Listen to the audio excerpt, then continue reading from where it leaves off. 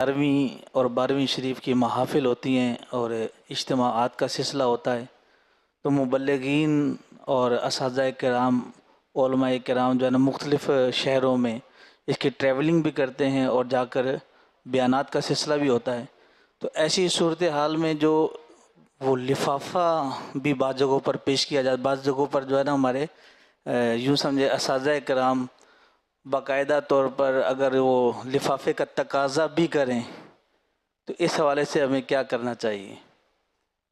اور بعض جگہوں پر ڈیمانڈ بھی آتی ہے کہ بھئی فلاں مبلغ چاہیے، یعنی وہاں کے مسجد کے امام صاحب یا انتظامیہ کہتے ہیں کہ فلاں جو ہے نا وہ استاد صاحب اس کا بیان چاہیے۔ اب استاد صاحب جو ہے نا وہ بیان تبھی فرمائیں گے کہ جب کہ ان کو کچھ نہ کچھ پیش کیا جائے گا۔ اب شرعی مسئلہ تو یہ کہ عالم واعظ کی اجرت لے سکتا ہے۔ اب جہاں بھی اجرت لینا دینا ہے تو وہ طے ہونا چاہیے، طے کرنا واجب ہے نا۔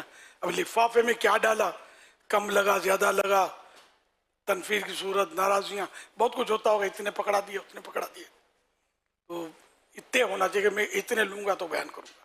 اگرچہ یہ سخت تنفیر کی صورت ہے ہی ہے کہ لوگ بدزن ہوں گے اس سے۔ ہاں، یہ میں ایک مسئلہ بتا کر آ رہا ہوں۔ ایک تو یہ مسئلہ کہ یہ بغیر اس کے یہ لفافے چل رہے ہوتے ہیں، تو اگر نہ صراحتاً طے ہے اجرت، نہ دلالتاً طے، ویسے کسی نے سونے کی اینٹ اٹھا کر دے دی تو وہ تو جائز ہی ہے۔ لیکن ہمارے ہاں مطلب ہماری طرف سے اس کی اجازت نہیں ہے۔ ایسا ہی ہے جنید بھائی، حاجی جنید، ایسا ہی ہے کہ ہمارے ہاں اساتذہ کو اجازت نہیں ہے نا یہ نذرانے اس طرح واعظ کی اجرت لینے کا، کہ یہ میں صحیح بولتا ہوں، وہی مجھے تجربات ہیں۔ اچھے اچھے مقرروں کو لوگ دیتے ہیں، پھر پیچھے سے ایسی ایسی باتیں کرتے ہیں، ایسی ایسی باتیں کرتے ہیں۔ اس لیے پھر ایک عالم کا امیج خراب ہوتا ہے نا۔ اب تو مطلب سوشل میڈیا میں بھی ہے، تو مطلب آپ نے بھی کہ اتنا مانگتا ہے، اتنے مانگتا ہے، لاکھ مانگتا ہے، ایک تقریر کے 1.5 لاکھ مانگتا ہے، ایسے آپ نے پڑھے ہوں گے، سنے ہوں گے۔ میں نے سوشل میڈیا پہ پھر وہ اب دلائل کے جائز ہے اور اعلیٰ حضرت یوں فرماتے، پھر اعلیٰ حضرت یاد آ جاتے ہیں، بچا لو بچا لو بچا لو، میری تجوری خالی نہ ہو جائے۔ تو ویسے بھی اگر کوئی پیسے لے کر واعظ کرے گا بھی تو اس کو ثواب تو ملے گا نہیں، کہ وہ اپنا جو بھی ہے وہ تو بیچ چکا، پیسوں کے لیے کر رہا ہوں۔ اگرچہ جائز ہے، ہو عالم، وہ قرآن و حدیث کی بات وہ کرے گا، حال ہے تو ٹھیک ہے مطلب، لیکن ہمارے یہاں اس کی اجازت نہیں ہے کہ اس کا نقصانات واضح ہیں کہ لوگوں میں تنفیر ہوگی، آپ کی لوگوں کے دلوں میں وہ قدر نہیں رہے گی جبکہ پتہ چلے گا کہ یہ لیتا ہے پیسے۔ جیسے نعت خوانوں کو لوگ دے رہے ہیں، برا بھلا کتنا بول رہے ہیں، پروفیشنل نام رکھ دیا نا، جو پیسے لیتے ہیں یا اس طرح مطلب وہ چل رہے ہوتے ہیں پیسوں کی ترکیب میں، اور ہمارے کئی علماء ان کے خلاف کتنا بول رہے ہیں پیسوں کی وجہ سے۔ یہ سب کیا تنفیر کی صورتیں تو ہیں، جو بول رہے ہیں ان کے خلاف، اس پر بھی مجھے کلام ہے کہ یعنی وہ چلو کہیں آپ بھی بولتے ہو تو میں اب عرض کروں، یعنی ایک تو ہم مسئلہ تو بتاتے ہیں، نعت کھانے کی اجرت، نعت شریف پڑھنے کی اجرت لینا دینا حرام ہے، رسالہ لکھا، لیکن اپنے انداز سے، اپنی حکمت عملی سے یہ مسئلہ بیان کرتے رہتے ہیں۔ میں مطلب ہے کہ بارہا بیان کیا ہے، لیکن ایک تعداد نعت خوانوں کی جو مجھ سے محبت کرتی ہے، یہ شاید آپ کو پتہ ہو نہ ہو، محبت کرتی ہے، دعوت اسلامی گن گاتے ہیں، کیونکہ میرا انداز سافٹ، نرم، حکمت عملی کے ساتھ۔ اب بعض مقررین بہت زیادہ برا بھلا بول جاتے ہیں، علماء کی قدر نہیں کرتے، ان کو اتنا دیتے ہیں، ان کو اتنا دیتے ہیں، لاکھوں روپے دے دیتے ہیں، عالم یہ غربت فلاں، اس سے کیا سامنے والے کو یوں لگے گا کہ یار اس بھائی کو پیسے نہیں ملتے، اس لیے وہ مطلب بڑاس نکال رہے ہیں، تو اس طرح کر رہے ہوتے ہیں اور پتہ نہیں کیا کیا بول رہے ہوتے ہیں۔ تو یہ مطلب نہ بولا جائے۔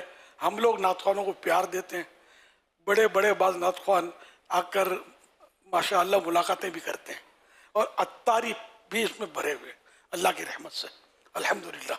تو یہ خائی نہ خائی یہ محبت کر رہے ہوتے ہیں، ہم ان کو مطلب برا بھلا نہیں کہتے، ان کو پیار دیتے ہیں، محبت دیتے ہیں، شفقت دیتے ہیں۔ جب بے نمازی کو نہیں جھاڑتے تو یار یہ پیسے لینے والے نعت خوان کو کیوں جھاڑیں؟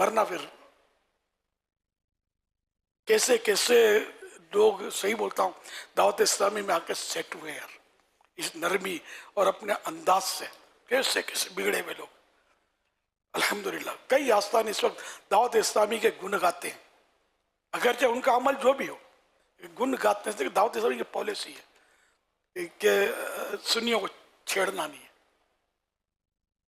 احتیاط کیا کریں. آپ نمازیں، لوگوں کو نمازوں کے مسئلے بتائیں، سنتیں بتائیں، جنازے کی نماز کا طریقہ بتائیں. میں تو اس انداز سے تو اٹھا ہوں، میں اعلان کرتا تھا مسجدوں میں جا کے، میں آپ کو نماز جنازہ کا طریقہ بتاؤں گا. تو لوگ تعجب کرتے تھے، یار تھوڑا اعلان تو ہو جاتا تھا میرا کہ کوئی آ رہا ہے، جمع تو ہو جاتے تھے.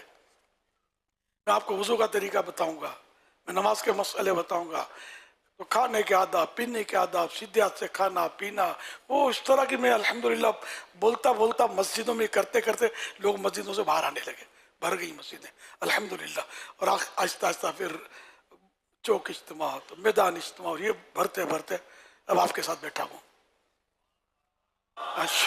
شروعات کی باتیں یہ کر رہا ہوں، اس کو چھیڑوں، اس کی ٹانگ کھینچوں گا، سب میرے گھر پہنچا دے کے چل بھائی تجھے نہیں سننا ہم کو. الحکمت اور دالت المؤمن، حکمت مومن کا گمشدہ خزانہ ہے. ورنہ یہ شاید میں یہ اس طرح کا انداز ہوتا تو ہم لوگ مل کے آج بیٹھے بھی نہ ہوتے، دعوت اسلامی کو اتنی ترقی نہ ہوتی. ہے فلاح و کامرانی، نرمی و آسانی میں ہر بنا کام بگڑ جاتا ہے، نادانی میں ڈوب سکتی ہی نہیں موجوں کی طغیانی میں، جس کی کشتی ہو محمد کی نگہبانی میں. صلی اللہ تعالی علیہ وآلہ وسلم. صلو علی الحبیب. صلی اللہ علیہ وسلم. پاپا ہار وہ اسلامی بھائی جنہیں یہ ہوتا ہے کہ انہیں پیسے دیے جاتے ہیں بیانات وغیرہ کے تعلق سے، تو ان سے عرض ہے کہ کیا مبلغین جو ہمارے جنرل مبلغین ہوتے ہیں، کہ انہیں کبھی کسی نے پیسوں کی آفر کی ہے؟ شاید آپ کو نہیں ملے گا، کہ کوئی اکا دکا آپ کو شاید مثالیں اگر ایسے مل جائیں تو مل جائیں، ادروائز آپ کو مثالیں نہیں ملیں گی، کیونکہ دعوت اسلامی کا ایک مزاج بنا ہوا ہے. امیر اسلام فرماتے ہیں کہ میرے بارے میں یہ مشہور تھا کہ یہ پیسے نہیں لیتا، یعنی کسی کے بارے میں یہ مشہور ہوتا کہ بغیر پیسے کے نہیں آتا، اور کسی کے بارے میں یہ مشہور ہے کہ یہ پیسے نہیں لیتا. میرا تو یہ حال کیا تھا لوگوں نے، میں نکاح تو میں نہیں پڑھانا ہوتا تھا، میں صحیح بولتا ہوں، میں نکاح پڑھانے کے لیے جیسے رکشے میں ٹیکسی میں بھی گیا نا، تو کرایہ تو دور کی، میرے کہ مطلب نظرانہ دور کی بات، کرایہ بھی نہیں دیتے تھے میرے کو.